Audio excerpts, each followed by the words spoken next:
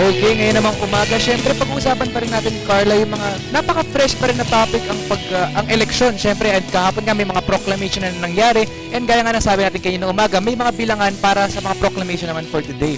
Ngayon naman mga kasama naman natin ang isang napoklama na mayor ng Malolos City, si Mayor Christian Natividad. Good morning po, sir. Good morning sa inyo at sa lahat ng nanonood ng Good Morning Boss. Sir, first off, congratulations po sa inyo dahil syempre kayo ngayon naproklama na sa inyong second term bilang mayor nga po ng Malolos City. Salamat po. Yes. Ngayon naman, sir, matanong naman po namin, kamusta naman po yung election experience ninyo ngayong 2013? Medyo kakaiba ng konti. Merong mga dati nang nagagawa. Like for example, sa amin kasi hindi ganong uso yung mga caucuses, ganyan, yung mga meeting de avance. We are more on personal touch sa electorate. House-to-house campaign. So we do have 50,000 households sa city of Malolos and we tried to reach them all, isa-isa, sa bawat bahay nila. Okay, so sir, ano naman yung difference ng election day itself sa campaign period ninyo? Malaking difference nun kasi very stressful yung from 9 a.m. up to 10 in the evening, naglalakad ka sa kalsada. Sa election day, wala na, susuko mo na lahat sa itaas eh. Kasi we've done our part dito sa baba, magdadasal ka na lang na sana po kayo na bahala dyan sa taas kung ano man ang maging resulta ng halalan na ito. So medyo relax ka na ng konti pagka election proper, mag-aantay ka na lang ng resulta. Opo. Sir, ito nga sabi niyo nga po, sobrang tagal po kayong nag-iikot sa mga bahay-bahay. And syempre, hindi naman po mapapagkailan na may mga dangers na kasama po yung pag-iikot-ikot niyo. Syempre, kayo po ay mayor po and syempre nangangampanya, may mga kalaban po kayo. Meron po bang mga na-note na mga violent incidents po during your campaign and during siguro the election day itself? Medyo marami-rami po ng konti ang na-note natin dyan. So kung di ako nagkakamali, mga 8 to 10 blatters regarding harassments ang naiano dyan. Ako, I have yet to file a case dahil ako mismo, naka-experience ako dahil during the eve ng election, yung po, pinasok kami ng 100 armed men.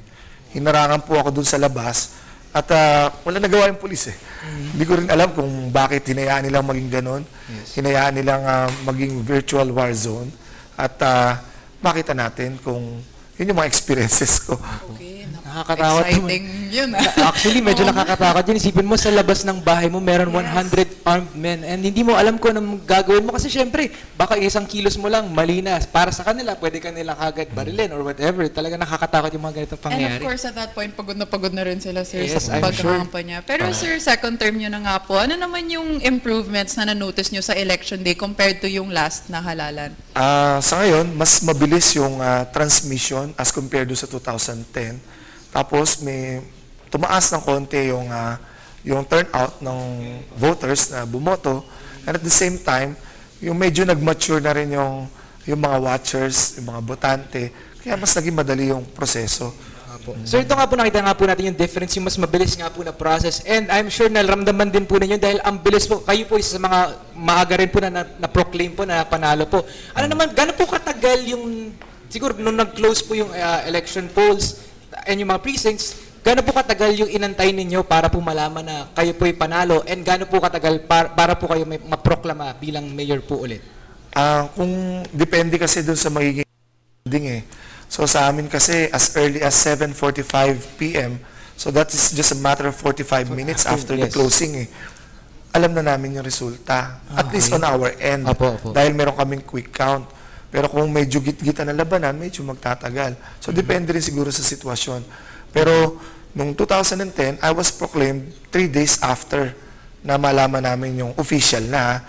Official. Pero dito, as early as 2 p.m. yesterday, ay naproklama naman po ako. Wow. So malaking improvement talaga na naging mas mabilis by Yes. a lot Yes, actually. this year. Pero sir, nang pumasok ka as mayor of Malolos, ano naman yung mga things na nakita mo na kailangan i-improve at ano yung mga projects na ginawa mo at itutuloy mo sa term mo ngayon? Ang unang-unang nakita kong problema sa City of Malolos, we are #1 in the whole of the Philippines. This is according to DepEd statistics in terms of dropout rates and incompletion rates sa secondary schooling. So, ibig sabihin, city kami, ang laki palang problema namin sa pag-aaral ng mga kabataan namin. So, what we did, ay nagtayo kagad kami ng 9 new city high schools all over the city. and 8 new elementary schools sa buong city. So we address the problem right from its very heart. So kung makita na lang, laki na naging improvement, yung mga bata hindi na lumalayo sa pag-aaral, yung mga hindi makapagpaaral dahil ang mahal ng pamasahe, hindi na, ito na lang sa tabi ng baryo mo, Yes, makapag-aaral meron na ka. So, and we think this will be aggravated pag dumating na yung K-12. Dahil di ba yung K-12, dadagdagan mo pa yung taon ng pag-aaral, Yes, correct. kulang ka sa facilities, kulang ka sa teachers, kulang ka na sa lahat. So, we prepared everything for this K-12 at address pa namin yung problema natin. So, sa tingin ko, malaki ang naging ambag ng City of Malolos nung termino na yon para doon sa improvement ng kabuhayan, hindi lang ng mga kabataan, maging ng mga households natin doon. Opo. So ito nga, na-note nga po natin na meron po kayong 8 na bagong high school at 9 naman po na bagong elementary schools na tinayo during your first term as mayor of Malolos City. Yes po. And then sir, ngayon naman po, siguro paano naman po yung continuity naman po ng mga projects with regards to education? Like ano po yung mga bago niyo pong ipapasok naman po sa education para sa mga naninirahan sa Malolos City? So, this one is critical kasi. Yung from establishing a new school into maintaining and sustaining it, medyo mahirap yan eh. Kasi sa ngayon, ang City of Malolos pa ang may cargo dun sa electricity, sa facilities, dun sa sweldo ng mga teachers, na dapat ang aako niyan ay yung Department of Education.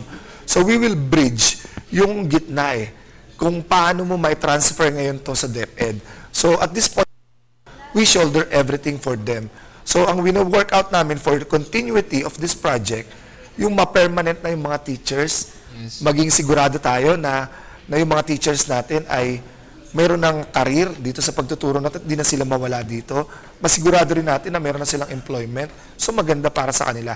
So, may magandang balita ako na out of 250 something na mga new teachers na kinuha natin na nagpapasweldo ay city, nasa 125 na yun na permanent mula na itong huling 2-3 buwan Yes, lang. laking So improvement maganda. din, syempre, no? And sir, na-mention kanina yung K-12 nga, malaking pagbabago sa sistema ng edukasyon. So masasabi natin na ngayon pa lang handa na tayo kasi sa 2016 pa to fully may implement. Opo. So kami siguro yung unang-una na naging aggressive ang reaction namin towards this K-12 program.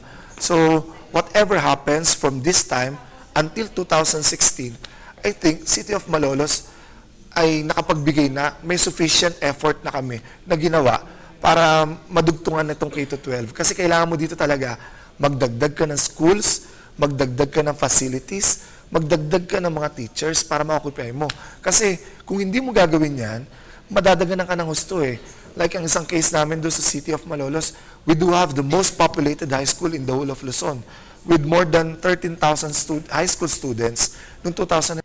Ngayon, 5,000 na lang estudyante nila. Kasi may iba ng high school. na-sprawl na namin Yes. all over the city. So, imagine mo yung decongestion na nagawa mo doon sa isang eskwela na yon, na ilapit mo sila, hindi na gumagastos yung mga magulang, yung safety pa ng mga bata, yung pagiging kalmado mga magulang, nandoon pa. And of course, siguro naiangat din yung quality ng education nila. Siyempre, kasi mas konti na lang din po sila ngayon. Hindi na po nila kailangan, hindi na po siguro inconvenient na nakikipagsiksikan sila sa mga classroom dahil po, ngayon po ay less populated na rin po yung Opo. mga high schools na Nabanggit niyo po yung quality of education kasi noong 2009, ang passing rate namin sa national admission test for high school is 43.37%. Noong 2011, tumaas dramatically yung passing percentage ng City of Malolos sa national admission test. So ngayon nasa 50.88 na. So 7 or 8% is still 8%. So that is something na na-achieve natin in so short a time na sa tingin natin ay kaya pa natin dugtungan I'm pagkatapos sure nito. improvement pa po. Dahil Oo. para mas may bigyan po kayo ng mas mahaba pang oras para gumawa po ng paraan para ayusin nga po ito. Totoo po yun. Yes, of course. Pero aside from education, meron pa po tayong ibang mga fino-focus on such as tourism.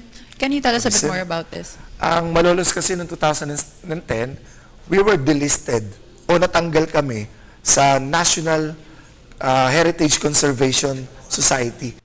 Inalis ka because you're not doing something for the improvement ng tourism mo. Ngayon, nabalik kami dyan dahil gumawa kami ng iba't ibang mga programa na ma-attract uli yung tourist sa Malolos. What makes Malolos unique ba from all the rest? Wala kami mga beaches, Wala kami mga lugar na po pwedeng puntahan like forest. Wala kami yan. But what makes Malolos unique is Malolos, nakahouse dito, ang pinakaduyan ng kasaysayan nating mga Pilipino. Alisin natin sa kasaysayan ng Malolos, mawawala ng kulay ang kasaysayan natin bilang mga Pilipino. Bakit? Because in the city of Malolos, dito nagsimula ang demokratikong kalayaan at pamahalaan ng Pilipinas. Dito rin natatag ang kauna-unahang Republika ng Pilipinas sa buong Pilipinas, Constitution, at yung mga leaders natin dito rin nagmula. Lahat yan actually naka-forge nga talaga. Yung sa history natin, matunog talaga ang lugar na Malolos in Philippine history. And syempre, hindi po mawawala dyan yung Baraswain Church din po, no, sir? Dahil yung doon Baraswain din sa Church. Malolos yan nga naka-station. Yes, of course. So, sir, we wish you luck talaga on all of your projects now na napaka-exciting kasi talagang mapapatuloy yung improvements na nagawa mo sa inyong first term. So, last lang po, meron po ba kayong message para sa ating mga viewers? So sa ating po mga viewers, lalo na po sa mga taga-City of Malolos, thank you po for entrusting me a fresh mandate. Salamat sa pinahiram niyong panibagong kapangyarihan sa amin at napanatili po natin ang kaayusan sa ating city. At rest assured po, we will do everything para mai-upgrade pa natin ang kabuhayan natin from doing the basics now, we will now go complicated para sa City of Malolos. Okay, maraming salamat po sa inyong oras ngayong umaga, Mayor Christian Natividad ng Malolos Salamat City. po.